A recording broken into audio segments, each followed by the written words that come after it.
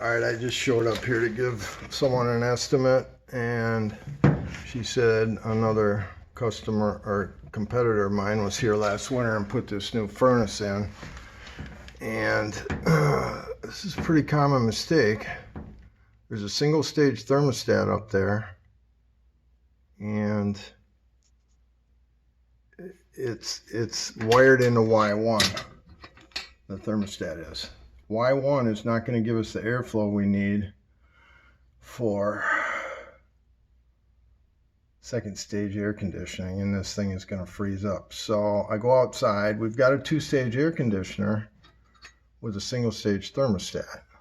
We got a Y1 and a Y2 from the outdoor unit, but we're only getting Y1 airflow because the thermostat is only wired into Y1. So that, she said it only cooled for 12 hours. Somebody came out this spring from the company that put this furnace in and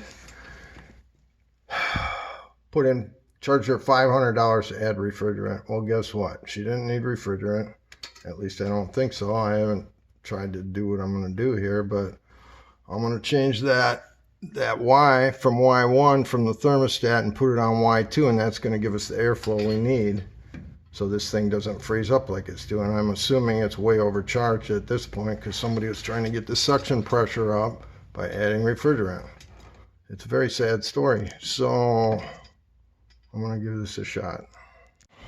Alright, so I found the work order on this bad boy from when that other company came out and charged the air. He put 2.5 pounds of refrigerant in here. It was out on a high pressure switch fault. So I cut the high pressure switch out of there and bypassed it. Got the unit running. It was drawing, right now it's still out on thermal overload. So the internal compressor protection went out when I was running it with the high pressure switch bypass. We were drawing 25 amps on here, and you can see that was only because it was overcharged. Our running load amps is, where is it? Compressor 16.7. We were drawing 25 amps. And that's why the internal overload went out on a compressor. It's too much refrigerant, pumping too hard. Just check the high pressure switch, it's reset. And I got my reclaimer out. I took out what he said he put in, which was 2.5 pounds. And we're just waiting on this compressor to reset now. Not a good day for having to wait for that because I got 8 more estimates to get to. We shut down service this weekend. EJ was tore up after the week and I had to be on estimates all day, so I got a voicemail on my thing saying we're booked all weekend because he's beat and needs to rest, and I'm doing estimates, so I got something to do when I get done with my 2 weeks worth of installs that are on the schedule. So hopefully this guy will pop on here. Maybe I'll hit it with some cold water. The compressor's hot right now. It didn't run that long, but we will maybe blast it with some water, or maybe I'll just go take a break. We'll be back. Alright, so every time that thing goes into a fault code, I don't have the manual, so I can't tell what the situation is, but every time it goes into a fault code, it takes forever and never resets. So I just removed the R from the furnace, put it back on, then it goes into a wait, and I'm waiting now.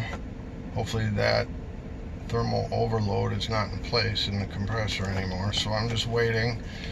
I removed the 2.5 pounds of refrigerant, and hopefully she'll fire up and be drawing 16 amps and not 25. We'll see what happens. What a great YouTube video to make. It just shows you how inexperienced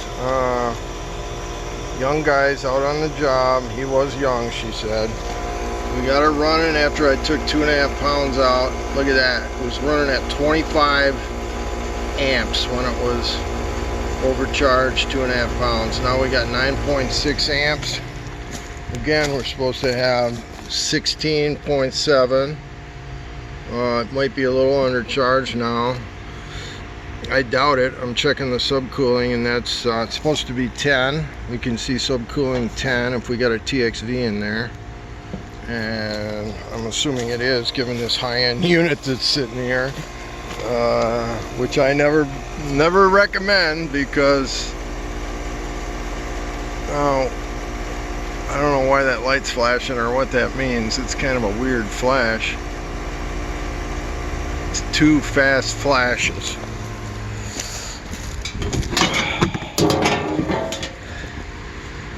So if we look here, 2.2 pause, that just tells us we're in high stage cool, because I jumped it to high stage right there. And that's what I wanted in, because we only got that single stage stat. I guess this house deserves a 2-stage stat. I pulled up on it. I thought that looks like a 2-ton house. Remember, I came here to give her an estimate, because she just paid them $500 to ruin her unit after they wired her furnace wrong last winter. I mean, it's an easy mistake, happens to the best of us, but yeah, that happens coming out of winter a lot, I would imagine, where somebody wired that high-end furnace wrong. And here we are. So I'm going to check my subcooling again here and get out of here. I might have to dump a few ounces in, but for the most part I think it's right on. It's been running about 10 minutes now, so I'm going to check it out. Alrighty, we got our new non-fused disconnect all wired in here. Checked all the wires going back through the house. Sometimes they short in there, or somebody didn't put a chase nipple in there to protect it, but everything looks good. Checked continuity between the whip end to end. I'm going to plug this guy in the on position,